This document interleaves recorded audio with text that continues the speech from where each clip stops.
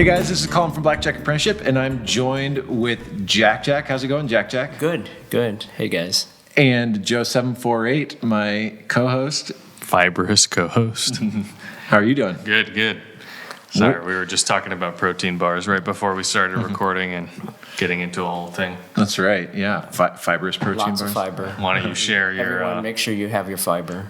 travel Your daily techniques? fiber. JackJack's got this lineup of protein bars. Yeah.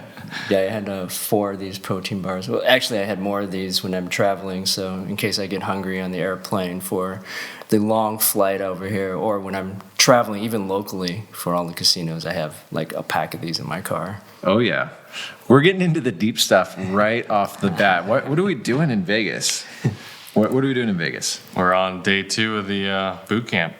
That's right. Getting up a little early, recording a podcast. Yeah, it's really early. Well, thanks, JackJack, for joining us here at Casa de Boot Camp and sharing your story. Let's get into it. Oh, and for those who don't know, there's a ghost in the room next to us without a microphone.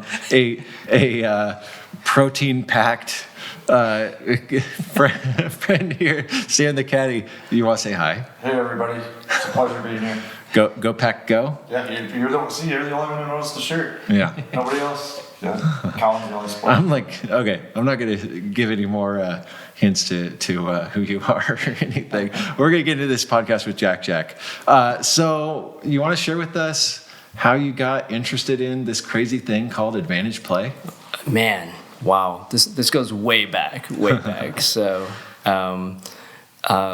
just looking back at like where I started was probably back in the 80s when I was a kid and playing video games at the arcade and trying to beat the video games. So one of the popular games at the time was Pac-Man. So that's when Pac-Man first came out, and right around that time there was this book called Mastering Pac-Man by Ken Houston. And that's that's just a person that starts showing up throughout, that I get interested in, throughout my life, since then. So What was like the main talking points of that book? Like how do you master Pac-Man? Right, so it's learning the patterns for Pac-Man. So Pac-Man, you have your maze and everything, and he laid out, well, these are the patterns that you need to go with in order to beat this game. And different levels, you have different patterns that you master, and you just memorize those patterns, and that's your good, quote-unquote, basic strategy for Pac-Man and beating Pac-Man. Which is like the predecessor to my era was Super Mario Brothers. Yeah. And you had to memorize the last castle. You had to do the right pattern to get to Bowser. Right. To save Princess Peach. Right. So there was a lot of trial and error, like, okay, top bridge, lower, top, or whatever. Right. And the predecessor was Renaissance man, card counter, Ken Houston, saying, forget beating casinos for money. I'm going to master Pac-Man and write a book on it. And that was your introduction. That was my introduction to quote-unquote advantage play and just playing video games and just getting into that and just having the curiosity of like, okay, well, how can I beat this game? Yeah. Right. And so then what? So then next step, you're beating casinos? No. Then, life takes me in all kinds of different directions, but somehow... Middle school and high school. Yeah, high school, getting into trouble in high school with things like learning how to pick locks and things like that, which I still do now as part of small part of my job now, so part of my career. So a little background on myself. I have a background in cybersecurity. So with cybersecurity, you always think about, well, how can we protect this system or this organization, and how can we get into this system or organization? So we're always trying to think creatively on how to do those things. Cool. So high school, and then what? As far as advantage play. So then the movies come out, and you of course you had Rain Man that talks about blackjack, and and then let's see what other movies came out. Rounders was a big movie back in the right around 2000 was another one. It's like, oh, you can actually beat poker, right? And just seeing that inspired me to start going down that path of looking at poker and blackjack. And I spent a lot of time back when there was bookstores. Yeah. So I spent a lot of time in a section, and my local bookstore had all the 2+2 books, from Sklansky and Melmoth. And so I just buried myself into those books, and I didn't know anything about casino games at all. But Sklansky and Melmoth, they actually wrote a lot about, positive EV and games and probability and casino games like that. So I started reading about that. I didn't know how to play any casino games at all, but that's how I learned how to play a casino game, was actually the right way, with an advantage or with a basic strategy. So did you get into poker? I did. I played a lot of poker. And this is before No Limit Hold'em started getting popular around the area. And my local casino only had Limit Hold'em. So, I read Sklansky's book on beating low limit. Yeah. I used to play that in the casinos a little bit. Yeah. That was like my escape from card counting. Oh, yeah. Beating the limit hold'em games. Yeah, so I was playing that. At the same time, another key book that was really important was Lawrence Rivere's book, Blackjack as a Business. So that was a book that was like the first book with your basic strategy and colors, color-coded basic strategy, and I really learned that part of blackjack and memorized basic strategy from there. My girlfriend at the time, she ended up learning basic strategy because I was spending so much time with that book and learning that she ended up learning how to count as well. Oh, wow. Yeah. So you learned counting with your girlfriend, and then you start playing? Yeah, and then we came out here to Vegas one year, and we were playing blackjack, and she was doing the ace side count while I was counting as well, and she was communicating the ace side count to me while I was playing basic strategy. And so we did that. But one thing about that was just I had no idea about what I was getting into in terms of variance for the game. Even now, variance for blackjack is pretty insane. So you got to prepare for that variance. Like, did you guys set aside a budget and bankroll for that, or it was just more of a casual recreation? Yeah, it was more casual and recreational because the sources I had for card counting, it wasn't complete, right? And you didn't have a comprehensive course or a comprehensive system, so it was kind of learning as you go along and seeing what's happening, and trial and error, which is a very slow way to learn. And So when your girlfriend were you not counting? She was counting, and then you were playing basic strategy, or we were using a high opt. High up too, or which one? I forgot which one it was, but I dropped that count. But it was APC or you needed the ace side count. Okay, so she did the aces, you did the main part of the count while playing basic strategy, and then she'd communicate to you, and you'd be doing all the betting. Was she playing or just counting aces? She was just counting aces, and then sometimes she'd come in and play a little bit and just play basic strategy. But it was not good. It was. I'm not sure if it was even. It might have been a slightly negative game, or maybe slightly break even. But and our betting structure was not there at all. We had no bet spread at all. So how did you get to the point of kind of putting it all together? Well, that's when I found you guys. Right, and I sent you that email that I long time ago. from like 10 years ago when I found Blackjack Apprenticeship, and I found you guys, and when I was watching your videos that you had on YouTube, it was like, oh wow, these guys like have everything down. Because those were early YouTube videos, right, and this is all the stuff that I was reading in all these books, but it filled out a my knowledge in my knowledge for blackjack, right, and it wasn't until on Blackjack Apprenticeship, I was sort of in the early days. I was on your mailing list and everything. You were sending emails out. I didn't quite join the forum yet, and because I was still on the fence with that. But then I saw one of your emails when you were going to release Holy Rollers, the DVD. I was like, well, that's pretty cool, And I was like one of your first buyers. I was probably one of the first buyers of the DVD. And when I was watching the DVD. That's when the concept of actually getting a number of hours in at the table on a monthly basis was a part. I'm like, wow, that was brand new concept to me that just completely made sense. Like, you got to get your hours in. Like it wasn't like you just go to Vegas for a weekend, a couple weekends, and then you're rolling in the dough. Right. Yeah, you have to get a set number of hours in order to make sure that you can overcome that variance. Yeah. Right. So you got this new info, and then you just took off running, or how did it? No. It's still, time goes by, and I'm still on the fence for everything. You're on the 30-year plan. I am. What was it that made you a little bit hesitant about kind of going for it?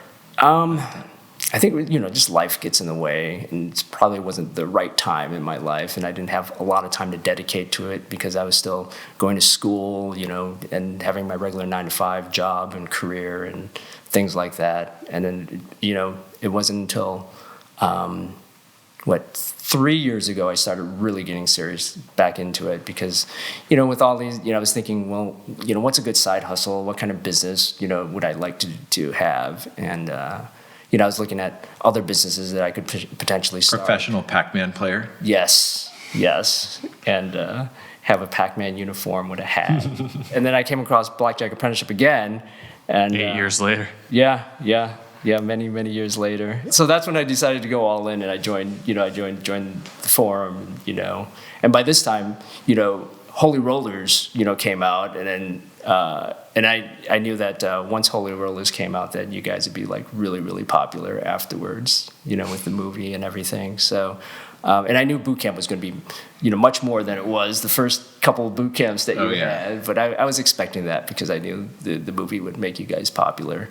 So then I joined, and that's when I just went all in, and then just went through the full course, learned everything about conning. You abandoned the level 3 counter. Yeah. The unbalanced counts and. So, how many hours of training do you think you went through before you attended the boot camp?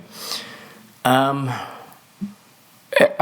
probably right around, probably a little more than the 200 hours that we all talk about. It took a little longer for me to learn, and it's just constant practice. And when I talked to you, Colin, about coming to boot camp, I probably only had about 100 hours of live table time, and I don't think I was quite ready for boot camp. When I came in. You weren't ready to just master your test out or whatever. Right. And also I was pushing myself to it. If I remember, you were ready for a boot camp, but maybe not where you would have loved to have been. Right. Yeah. And at boot camp, I was really pushing myself too, whereas I want to use my real bet spread. I want to spread to 2 hands, So I was really ambitious about that. But with some of the distractions during the test outs, it was like, oh, okay, these are probably some things that I encounter in the casino in real life as well. So I took that to heart and patched up my game on that. Okay, cool. So after the test out, you went home and practiced a little bit more before you started hitting the casinos? Yeah, I was practicing more at, still red chipping. So until, just at really, really low limits. So if you look at my chart, my chart is just minuscule in the beginning, just trying to get all my hours in. And, I'd probably be down, $150, Yeah. And I'm just hovering at 150 down, and then just slowly moving up. Trying to bet at the low limit tables, is the lowest blackjack table that I could find. So this was at the time when I was just terrified of the $15 minimum tables. And I was looking for the $5 minimum tables for me to practice on. And I think that's a more of a healthy response, actually. Yeah. Terrified of those $15 tables. It took me a long time to get to $15, but. So you got to a point where you felt like your game was solid? Yeah. And then what? Then I hit it hard, and then as my bankroll started growing, I just managed my bet spread as my bankroll grew, for just keeping it at a good, comfortable risk of ruin. So what was that like going from, being afraid of the $15 tables to hitting it hard? It took a little while, and the first couple of big losses were gut-wrenching. Yeah. So, the first time I lost, I'm at a $25 table, completely above, anything I'm used to for betting, and then when you get, a $600 or $900 loss, from that, that was like, oh, wow, that was a huge loss. But I guess you start getting immune to it as you continue to play and as your bankroll gets bigger and you start, the losses get bigger as well. The variance gets bigger. So, but then you have on the flip side of that, you have your big runs as well. So you go to the boot camp and you hear stories from everyone, all the different pros and stuff, and you hear this kind of stuff over and over again. But when you start playing, what was the difference in practice, in play versus the talks and the podcasts and the hearing about all this stuff? Yeah. Or what did you not expect? I think a lot of the conversation comes down to, I think one of the concepts that I picked up from the forum, as well as maybe a couple of the podcasts, from previous guests, were the emotional bankroll, and how much of an emotional bankroll do you need to have in order to ride out these swings. So fortunately, I've made a lot of friends with all these other card counters here that I met through the forum and everything, and everyone's going through these swings as well, right? And just understanding the percentage risk of ruin and what kind of swing that can cause, that took a while for me to prepare for. I mean, even now, the swings are bad, but it's not as bad as when I first started. So I think I'm becoming a little more immune to the swings now. Were you still doing your 9 to 5 while playing at this point, or did you abandon that? Yeah, Okay. still doing my. How did you fit in both blackjack and the 9 to 5? It's kind of any spare time that I had, I would go and play and try to get set a goal and get those hours in. So I do my 9 to 5 job, and then if I'm traveling for the job, afterwards I would go to the casino and get some time in. So fortunately, with my job, I can travel, and if there's a local casino nearby, I would go check that out and try to get some hours in. So you started playing actively 2-3 years ago, and are you still enjoying it? Yeah. Well, blackjack is great. I mean, I was playing last night, and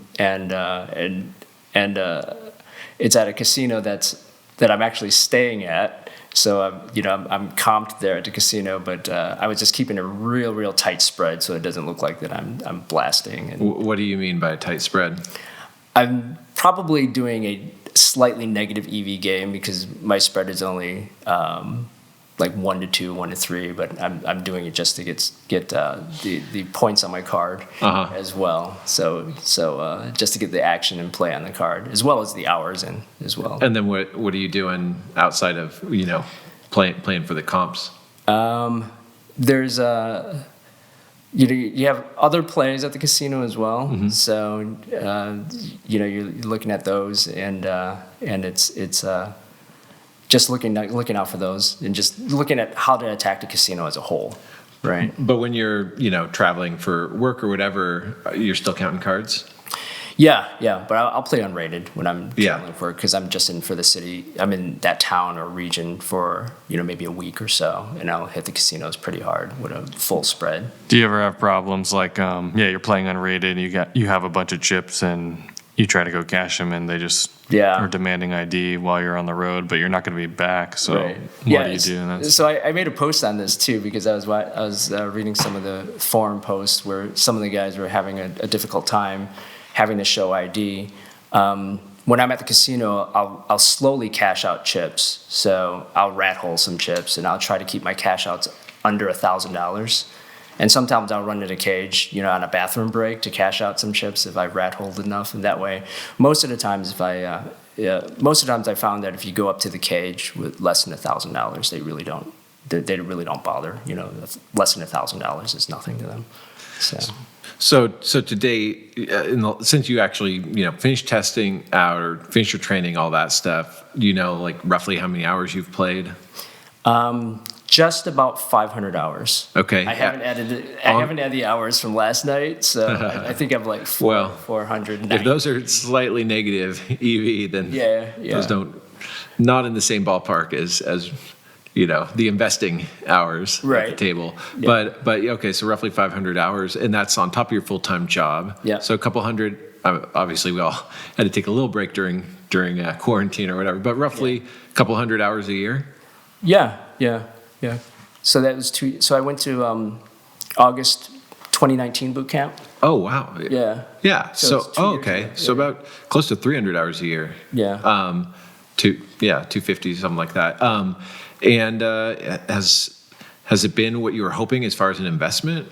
Yeah, absolutely. I think it's a great side gig because Because that was your goal, was like what sort of side hustle? Do you know what you were like trying to do with the side hustle? Like 10, 20,000 a year, something like that? Or more? well, I didn't even know what to expect from it as per. But just when you were considering a side hustle, Right. what was your goal? Well, that's something that you asked during our boot camp. It's like, well, what is everyone's goal? Yeah. For boot camp, and my goal is to pay off my house. So now I see a path and a vehicle that I can use to pay off my house. Right so on. I had no idea what to expect from this, and just card counting and AP in general has surpassed anything that I could imagine in terms of what's possible. Wow. Yeah. So it's helping you meet the financial goals of secondary income to pay off your house. Yeah. Awesome. Yeah. Yeah, it's really nice when I assume your work is paying for all your travel and Yep. accommodations and things like. Yeah, Yeah, I mean that's a huge advantage for part timers, is to have that ability. I think one thing that JackJack didn't elaborate on is that from when he started to somewhere into his play, he got a new job, and he also burned down almost every casino in his area. So his first year of play was quite substantial.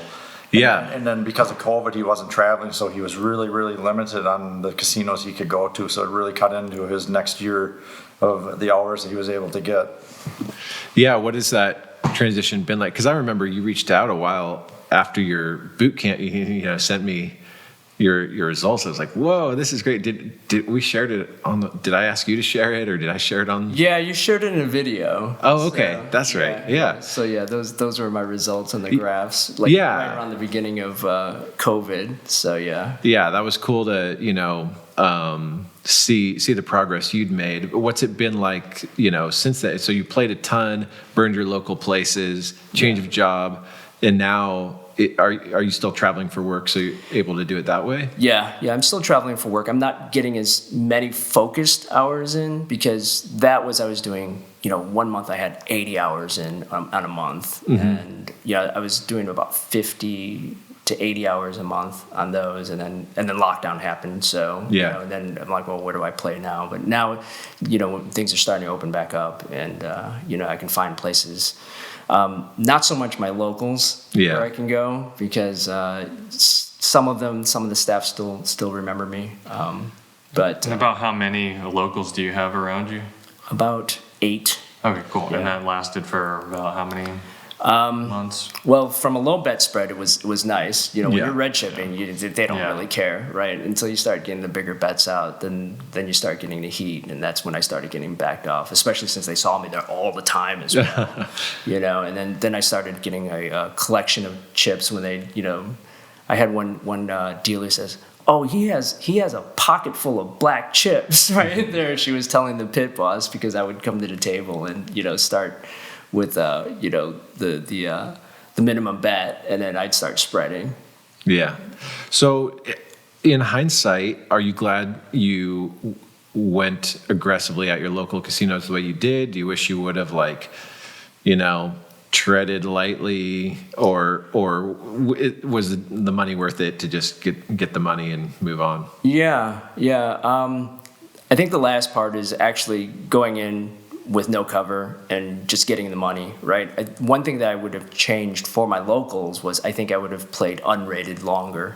So I actually started with a little bit getting rated to try to, see what kind of comps I can get from the local casinos. But in hindsight, The ham sandwich wasn't worth it. no, yeah. But in hindsight, one of the locals, which is also a chain, probably has some notes on my card because after I got backed off a couple times there, I tried going there using my card again and start playing blackjack. And It is really hard to pass up those free turkeys they give out near Thanksgiving if you have a player's card. Yeah. I've always wondered about that when they're handing out these huge turkeys and hams. Are the players just like sitting at slot machines with these thawing turkeys out? Yeah. That and all the kitchenware that you get as well. yeah. Casinos give. So sometimes I'm there looking like a gambler with my my box of beer mugs that I got for free, and I'm sitting at the table playing blackjack. It's kind of fun. Well, that brings up a good point. I would encourage newer players to put a little more thought into their approach. Like, there could be this like, oh, well, it's my local casinos, therefore this. But it could be more nuanced. Like, is it part of a chain? And if it is part of a chain, what does that mean for me? Does that mean I want to milk the entire chain? Or do I want to play unrated at the entire chain so that if I get backed off, it's as an anonymous player? But there can be this. I think that it's rare for a newer player to put a lot of thought into how they're going to attack. Not just local versus non-local, but even where to play rated or where not. People are just like, do I play rated or not? Like, it's binary, but it can be a lot more nuanced than that. Yeah. Those are probably lessons you've learned over time. Right. Yeah, and I think that comes with experience, right? So me and a couple of the other card counters and APs that have been continuously staying in touch since boot camp. We're all talking about casinos and have a better idea because we have more experience now on how to attack the game, right? How to attack the casino in different ways. So it comes down to being smart about that and trying to, what's the best EV from this casino? Because if we take a risk and get backed off and trespassed, we no longer have that casino anymore, right? Yeah. So you've been, continue to be involved on the forum. Any advice for people that are maybe where you were at, 3-4 years ago, to I don't know, lessons that you wish you could tell 3 or 4 years ago, JackJack? Wow. What kind of advice can I give? I'm usually responding with comments when I see good forum posts. I'll write things. So I'm fairly active with that. But well, even that's some advice. Yeah. I think there are people that just aren't. And then the networking is like this. Okay, well now I need information, so I'm going to just start trying to get information rather than like actually being a part of community. Like, right. Networking probably isn't difficult when you're a part of community. Absolutely. Oh, that's super important. And I think that's the reason why the people that I'm in touch with and stay in touch with, I think all of us have the same mindset where we're willing to share with each other, like share information as well as support each other. So it comes down to, what kind of sticking points do you have, and then how can I help, right? So it's always when I'm talking with other guys, I try to see where they're at, and then I try to help them out with whatever they need. Like some guys might need help cashing out chips, and if it's a local area, I'll cash out chips for you, no big deal. I think JackJack actually helped me on networking a little bit, which I consider is one of my stronger points. Is how to optimize your networking and how to create EV out of networking, not just to share information on certain things, but he opened my eyes up just to networking on how to create the most EV out of a certain casino, which is very important. Networking can be more than just sharing information on one casino to the next where a game's good or whatever might be there. So he opened my eyes up to some other ways of networking to even expand where I can get more EV. Can you elaborate a little bit more on that? Well, I mean, when you have a network base, for example, when ZK and I play, we split everything when we're playing blackjack. But if I get other people that I network with, and we can get into a same casino, and we can sort of share the EV if we all can go in on it, sort of like to say, instead of just trying to say, okay, I got this information, we're just going to keep it between ZK and myself. But if we can open it up and try to get the more EV out of a certain casino with all of us playing there, it's sort of along those lines of thinking. Totally. That was we had those battles with the church team because they're all part of a team, but also, the more hours an individual gets in, the more that individual makes. And we constantly had to push to say, look, we're all going to make more money if we see it ourselves as being in it together. Now, that was a team, so it's a little bit different, but that's still a push. I feel like I try to encourage people toward. Now, you got to be smart, you're not just, every BJA member isn't a teammate, quote unquote, but to not see it as zero sum, like, well, for me to win, they have to lose. That there might be opportunities to say, hey, where are all the win-win opportunities with the people that I trust and respect and all that stuff. So it sounds like that's kind of what you're getting at. Yes.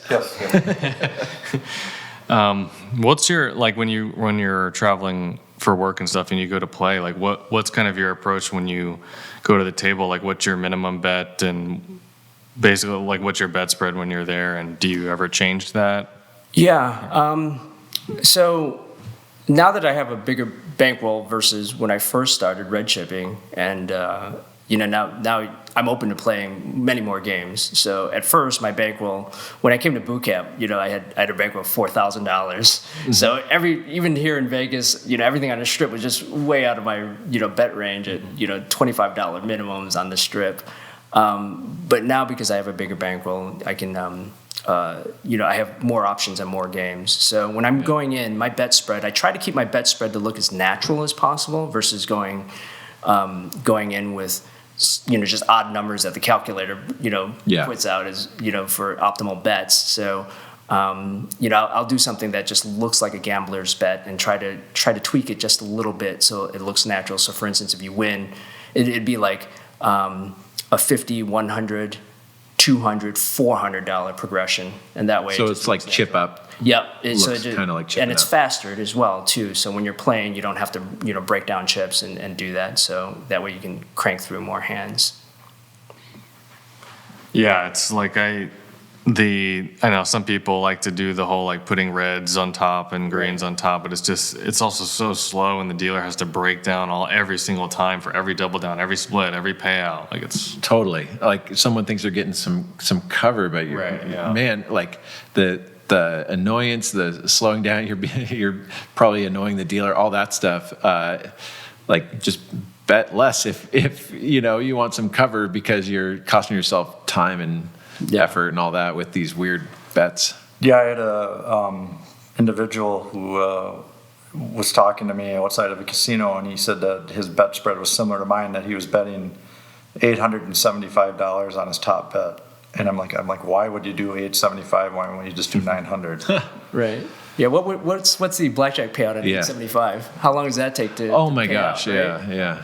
Yeah, I feel like the only exception to do that would be if it was a place that, for example, had like a $500 max, and they have to call upstairs for a max bet, or if they have to call in the pit max bet, or like table max, But it's still in that scenario. You don't have to do something goofy like $490, like $499. Yeah. yeah, just bet 400, or I suppose you could bet 450.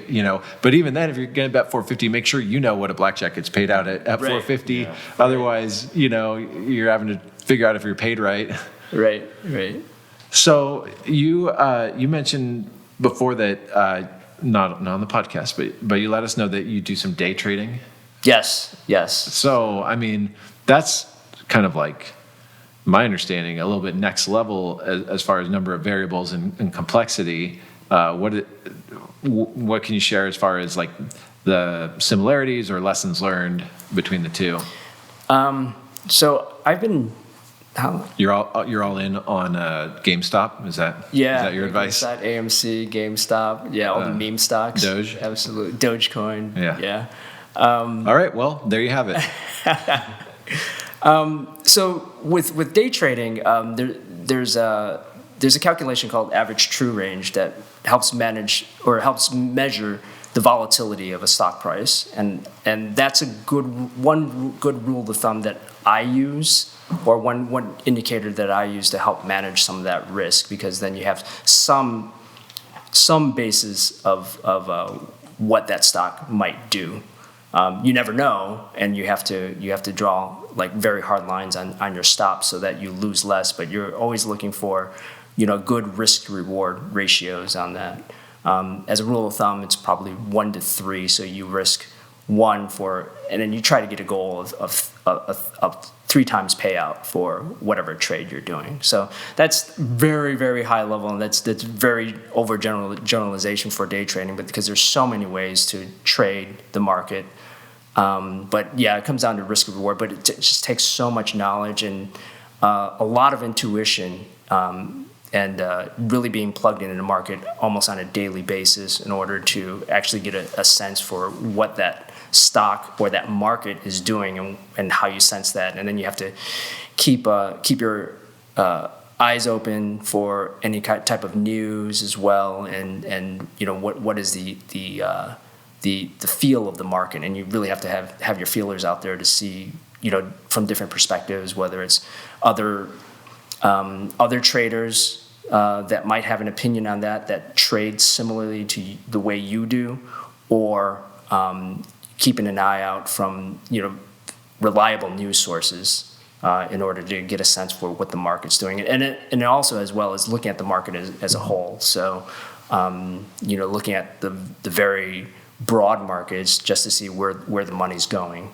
So how is the money cycling through different markets, and that helps. So for instance, I'll give an example of that. For instance, weed stocks, a lot of money was being poured into weed stocks for a little while, and that market just kind of went dead because no one's interested in weed stocks anymore.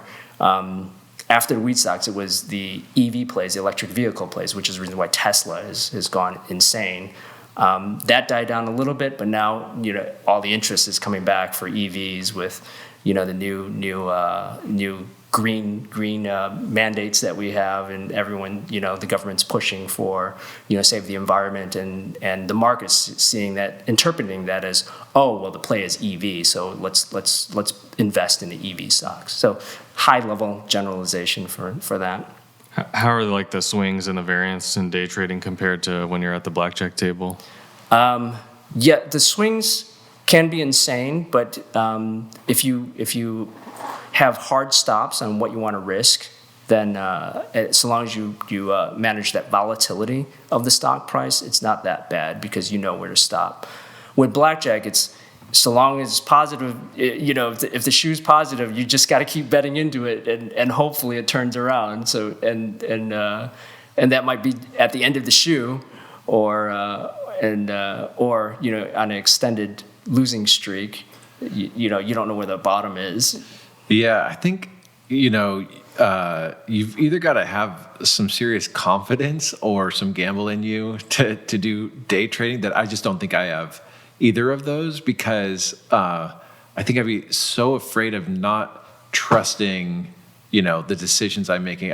One of the guys I was originally on a team with, he was a day trader also. And yeah, it was just like you were saying, we'd be on a blackjack trip and he'd be up early in the morning to, watch the stock news or whatever. Yeah. But, he would take breaks from day trading to be like, oh my gosh, yeah, I just want to do something simple like card counting. Yeah. And then he gets super sick of card counting. He'd be like, why does anyone play this game? Right. But the day trading, the level of complexity to it, and like you said, like intuition or feeling, I don't have feelings. No, no, I don't trust my intuition. So that's what I like about card counting. It's really cut and dry. But kudos to those that have the confidence or the gusto or whatever to do it. Right. Well, with that also, it's you don't have to trade that large either, right? So, and that'll minimize your risk for day trading. So instead of, you don't have to buy a round lot of 100 shares of anything, right? You can just buy one share. And that way, the actual dollar amount of that volatility is not that bad. So, it's similar to playing blackjack. When I first started, I was terrified to go with the higher bets, which is the reason why I stayed at the red chips as long as I could until I felt my skill level was perfect, and I can attack the game at higher bet spreads. I'm afraid to be a red chipper as a day trader. Like, I'll throw it all in an index fund or something like that, and then throw my money at a game that I have some confidence in my abilities at.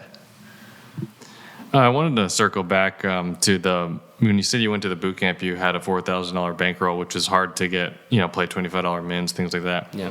Did you wait till you could get a little bit more money for your bankroll, or did you try to just find like a really good game somewhere? Or how did you wait till did you have more than 4,000 or? So when I got to boot camp, it was $4,000. When I was practicing over that summer before boot camp, like spring and summer, I started at like 2,000 and it grew it to 4,000. And the way of doing that is just aggressively play, just play positive counts. Constantly. I spent so much time wonging. I think I probably spent more time, standing behind a table's back counting than I was actually at the table. If you're wonging, counting. That's true. You right? spend less time playing than playing. Right. Yeah, I think that's so important for everyone. It's just like if you have like a micro bankroll, you kind of don't have an option. Like that's what you have to do to protect it and to actually make money. And also the casino, you're betting so small, they don't care. They might be annoyed because like, okay, this guy's trying to learn whatever, but they're not going to be backing you off left and right, like wonging, red chipping. Yeah. And the other gamblers get so angry at you for jumping in and jumping out. Yeah, especially because you're betting small, then they think you're just worthless. But, right. Yeah. Maybe JackJack will share his chart again, because I remember seeing his chart when I was first started, and I was pretty jealous, but also it's very motivating to see how he took such a small bankroll and expanded it into a significant bankroll.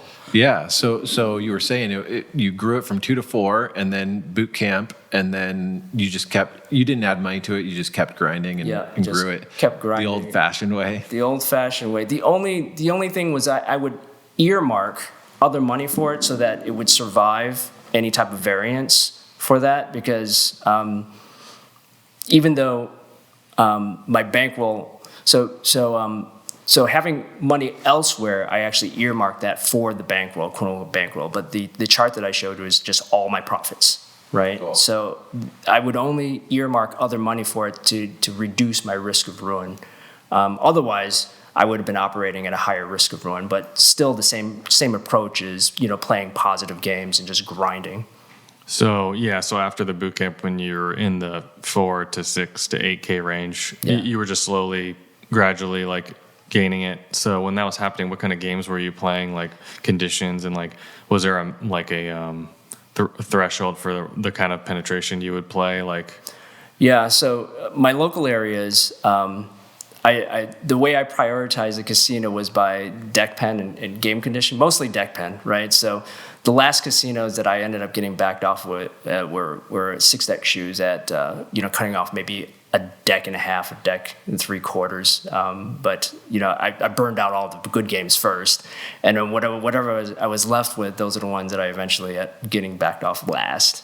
So if there was someone else at the table, like basically you weren't playing negatives because they were playing them for you, right? I had the same approach. Like, I mean, I still kind of do, even with a bigger bankroll. But back then, it's really important to just let them play, and you don't have to be playing all the $10, $15 negatives. Like, right, yeah. That's when I take breaks and eventually, maybe get some heat because I'm sitting out, and the other podcast with surveillance says that's probably the best way to get attention. Yeah. Attention is sitting out on negative counts. So to someone sharp, it is. Yeah, and he's definitely sharp. So. Unfortunately, we don't have a lot of time because we got a boot camp we still have to put on here today. But what are some other, maybe some parting advice that you can give people from your time growing kind of a micro bankroll to a quite an empire? Yeah, quite large. Working towards paying off the house bankroll. What advice can you share? It's not all about your bankroll. I think the network is so important, and just having a tightly knit group of other APs and card counters that you can talk with and network with and share information with, as well as go out and play with too, because that's always fun. Colin, you always talk about how card counting is fairly lonely, and Joe, you've mentioned that in some of your podcasts too. It's a lot of fun to actually be out and actually play with other card counters as well. People over profits. Yeah. And when I hear your story, I kind of I see the discipline in respecting risk of ruin because you have that, trading background and all those other things, but also you're not afraid the lack of fear of getting backed off, sitting out, or quote unquote looking weird or anything like that. Yeah. Well, one of the things I rehearsed a lot was from Colin. I was terrified of getting backed off, so I just memorized and rehearsed a response for that every time, and it was well, I hope I didn't do anything wrong, and just keep it at that level. And every time I got backed off, I would say that because I've rehearsed it so much. And then you see their brains like short circuit. They're like, well, no, you haven't done anything wrong, but no more blackjack. Yeah. Way better than being combative. Any favorite back off stories or just blackjack stories you could share with us? Yeah, I can't think of one right now. That's fine. I probably could refresh his memory when we all met downtown in Vegas. And yes, on that.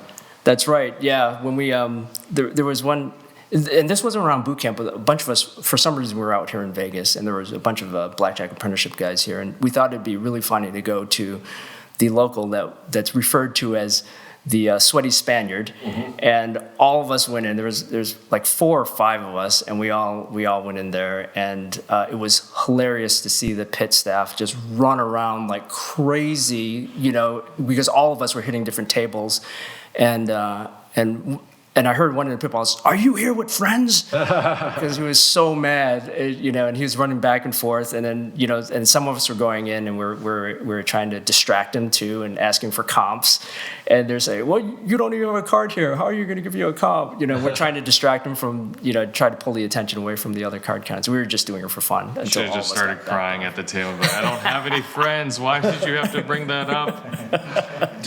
I hope I didn't do anything wrong.